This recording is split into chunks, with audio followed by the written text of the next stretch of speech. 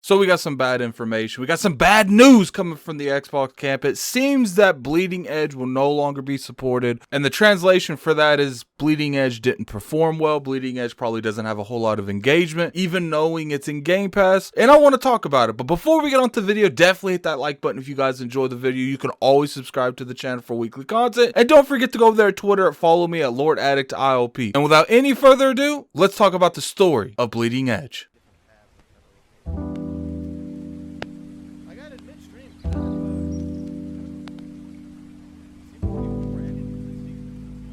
What's going on, you guys? Gaming Ad here, coming at you for another video. Today we're going to be talking about Bleeding Edge. It is a game that was made by Ninja Theory and published by Microsoft. Bleeding Edge had a lot going for it and it had a lot going against it at the same time. I do remember a lot of people were using Bleeding Edge to evaluate, kind of the quality of games that Microsoft or Ninja Theory could make under Microsoft. Because for those of you that don't know, this was one of the very first games that came out of those original studios that they bought, and they made the initiative, and they bought a few other titles like Undead Labs, Playground Games, Ninja Theory, Compulsion, and this is one of the very first games that you've seen the fruits of labor with. So naturally, what did that happen? That meant that a lot more eyes was on Bleeding Edge. People wanted to see quality. They wanted to see what these studios can do under Microsoft. And when Bleeding Edge came out, it didn't do very well. I know a lot of people didn't really gravitate towards it because it was a multiplayer game made by a studio that people love single player experiences with. So naturally, people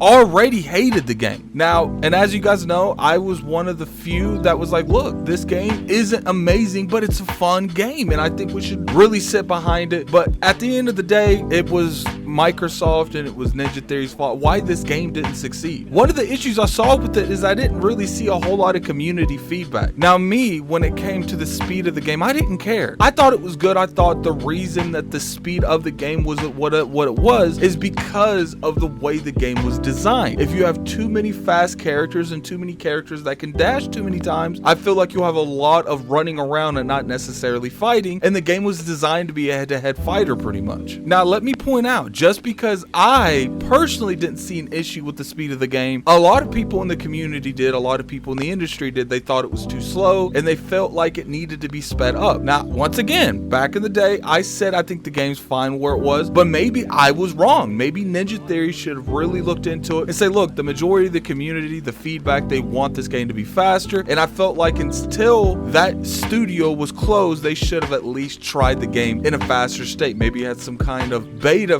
form where you could play on an alpha server or anything related, a test server where you can actually look at the game if it was faster. They should have did a little bit more testing in that matter. Now, I'm not behind closed doors of Ninja Theory. For all I know, they could have done that, and I just didn't see it because I wasn't in the alphas, I wasn't in the testing, and for all I know, they could have had a smaller group of people testing the speed of this game and seeing if they can increase it or they can decrease it. But since I didn't see the speed of the game at a much faster rate, I can't really tell you or even judge the game if it would have been faster. Now let's talk about a little bit about the content that the game came out with. It was really bad, actually. There wasn't a whole lot of maps. I think there might have been 1 to 2 to 3. It was neither one of those. I'm kind of leaning towards 2. I don't think there was a whole lot of maps in this game at all, and that really hurt it because if you play the same map over and over again, you're getting very frustrated. You're not going to want to play the game anymore. Now, the characters themselves was an issue. I think there was only like 5 or 6 characters, and when it comes to games like this, one of the key factors is you have to really gravitate towards the characters. They have to have a good personality. They have to have a good move set, and for the most part, none of these characters had that. Some of them were cooler than others, but none of them really stood out to me that it's like, yo, that's Mercy, that's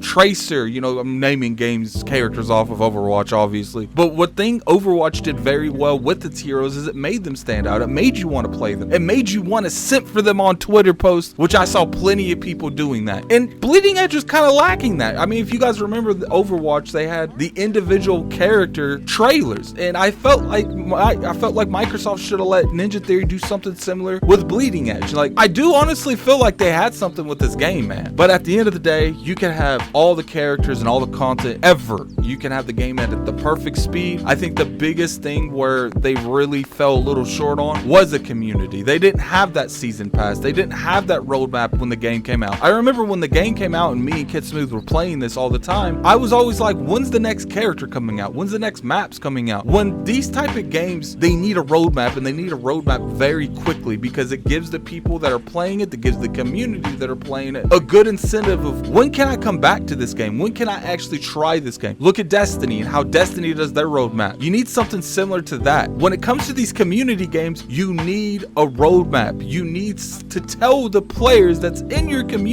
when stuff's going to be coming out. Now, I do know that they kind of similar had some roadmaps further down the line when I played it, but first impressions mean everything, and if you don't have that first impression coming out the gate, you can lose a huge majority of your player base because they just simply didn't know when stuff was coming out. They moved on to other games. When it comes to these hero style games, you have to compete. You have to compete with the Overwatches. You have to compete with the Paladins. So you have to make sure you have the bare minimum to the stuff that those communities are used to, because they're used to it, because they're playing the competition that has it. So when you don't have it, it looks really, really bad. Now, as far as Bleeding Edge itself, it's like I told you guys, I think it was a fantastic game. I think Ninja Theory could have improved on this game drastically. It's one of the things that I really look up to Ubisoft with. If they come out with a game and it flops, they do whatever they can to get that back to the way it's supposed to. I think that when this game came out, it should have had trailers dedicated to every hero. It should have had an actual full roster, at least 10 people. Should have had at least 5 to 10 maps around that area. I know maybe around 6 to 7 was what I would have personally have chosen. Now, they did have the customization stuff that should have been a little more in depth. And you know, since they were a Microsoft studio at the time,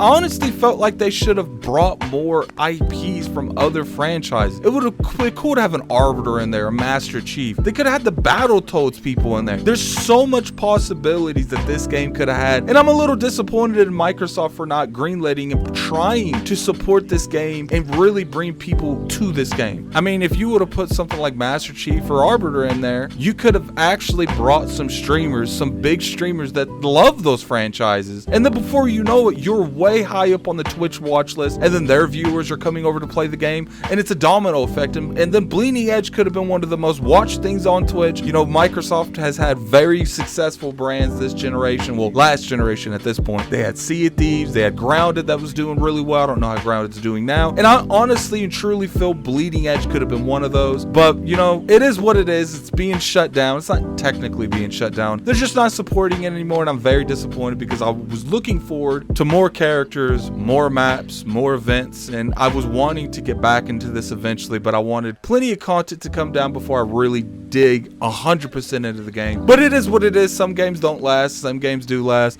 But anyway, tell me what you guys think. Did you play this game any? Put that in the comment section below.